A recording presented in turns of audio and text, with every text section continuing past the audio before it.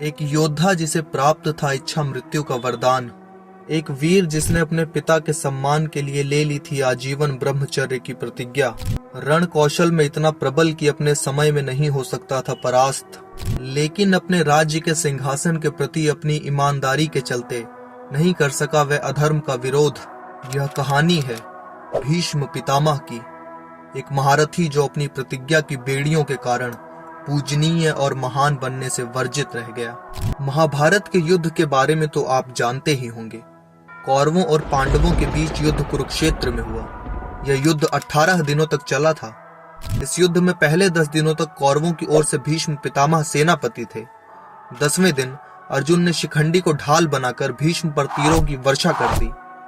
अर्जुन के तीरों से छलनी भीष्म पितामह बाणों की शैया पर आ गए, लेकिन भीष्म पितामह की मृत्यु नहीं हुई क्योंकि उन्हें इच्छा मृत्यु का वरदान प्राप्त था। आइए जानते हैं भीष्म पितामह को कैसे मिला था इच्छा मृत्यु का वरदान और भीष्म पितामह को क्यों मिली थी बाणों की शैया। क्या है भीष्म पितामह के जीवन का रहस्य? पौराणिक कथा के अनुसार भीष्म पितामह महाराज शांतनु और देवी गंगा के पुत्र थे। उनका मूल नाम देवव्रत था। भगवान परशुराम के शिष्य देवव्रत अपने समय के बहुत ही विद्वान व शक्तिशाली पुरुष थे। हर तरह की शस्त्र विद्या के ज्ञानी और ब्रह्मचारी देवव्रत को किसी भी तरह से युद्ध में हरा पाना असंभव था। शांतनु ने देवव्रत को हस्तिनापुर का राजा घोषित कर दिया। कुछ दिन गुजरने के बाद शांतनु को सत्यवती नाम की एक स्त्री से प्यार हो गया और उन्होंने उससे विवाह करने का मन बना लिया। लेकिन सत्यवती के पिता ने राजा शांतनु से विवाह करने के लिए एक शर्त रख दी। शर्त के मुताबिक राजा शांतनु और उनकी बेटी सत्यवती का पुत्र ही हस्तिनापुर का उत्तराधिकारी बनेगा, तभी वह अपनी बेटी का हाथ राजा शांतनु के हाथ में देंगे।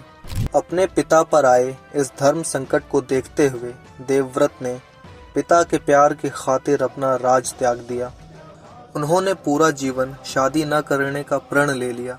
अपने पिता के लिए इस तरह की पितृभक्ति देख उनके पिता ने उन्हें इच्छा मृत्यु का वरदान दिया था और ऐसे भीष्म प्रण और प्रतिज्ञा के कारण ही देवव्रत का नाम भीष्म हो गया। दोस्तों, अगर आपने हमारे चैनल को अभी तक सब्सक्राइब नहीं किया है तो प्लीज़ हमारे चैनल को सब्सक्राइब कीजिए और साथ ही बेल आइकन को भी दबा दीजिए ताकि हमारी आने वाली वीडियो का नोटिफिकेशन सबसे पहले आपको मिले।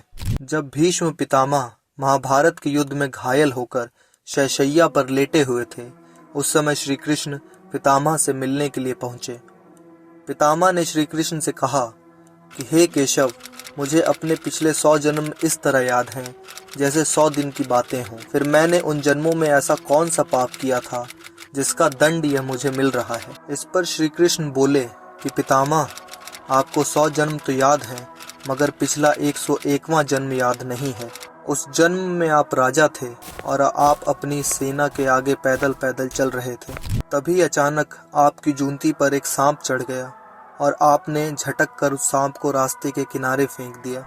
वह सांप कांटेदार झाड़ियों पर जाकर गिर गया और काफी दिनों तक उसका शरीर कांटों से बिंधा रहा और उसी कारण उसकी तड़प तड़प कर मौत हुई थी। आपके द्वारा अनजाने में किया गया यह पाप कर्म आपको अब भुगतना पड़ रहा है। पितामह बोले, हे केशव, मेरे इस पाप कर्म का दंड मुझे अगले जन्म में मिलना चाहिए था। यह दंड मुझे 100 जन्मों के बाद क्यों मिला? श्री कृष्ण बोले, हे पितामह, उस घटना के बाद आपके जितने भी जन्म हुए उन सभी जन्मों में आपके पुण्य का पलड़ा भारी था और पाप का पलड़ा कमजोर। इसलिए आपको उस पाप कर्म का दंड नहीं मिला, परंतु इस जन्म में आपके पुण्य का पलड़ा कमजोर था और पाप का पलड़ा भारी था। पांडवों को लाक्षागृह में मारने की कोशिश की गई और आप मौन रहे। हस्तिनापुर राज्य का बंटवारा स्वयं आपकी स्वीकृति से हुआ। द्रौपदी चीरहरण के समय भी आप मौन रहे। जुए में शकुनी और दुर्योधन की बेईमानी को भी आप चुपचाप देखते रहे। पांडवों को 12 साल का वनवास और 1 साल का अज्ञातवास मिला और आप मौन रहे। जब मैं शांति दूत बनकर हस्तिनापुर में शांति का प्रस्ताव लेकर गया था और दुर्योधन ने मुझे बंदी बनाने की चेष्टा की, परंतु आप फिर भी मौन रहे। दुर्योधन के पाप कर्मों को जानते हुए भी आप पाप, अधर्म और असत्य के पक्ष में लड़ते रहे। यह समस्त आपके पाप कर्म थे। क्योंकि इन समस्त पाप कर्मों में आपने अपनी मौन स्वीकृति दी थी। आप विरोध कर सकते थे, परंतु आपने विरोध नहीं किया, और इसी के साथ आपके पिछले 101वें जन्म का पाप भी जुड़ गया है। और जिस रूप से उस सांप की मृत्यु हुई थी, उसी तरह से आपकी भी मृत्यु होगी। अगर आपने अपने जीवन में कभी भी कोई पाप किया हो, किसी को सताया हो, तो आपको उसका फल जरूर मिलेगा। इसीलिए हमें कभी भी किसी जीव या जंतु को सताना नहीं चाहिए। दोस्तों, अगर आपको हमारा वीडियो पसंद आया हो तो प्लीज़ इस वीडियो को लाइक करें और हमारे चैनल को सब्सक्राइब करना बिल्कुल न भूलें।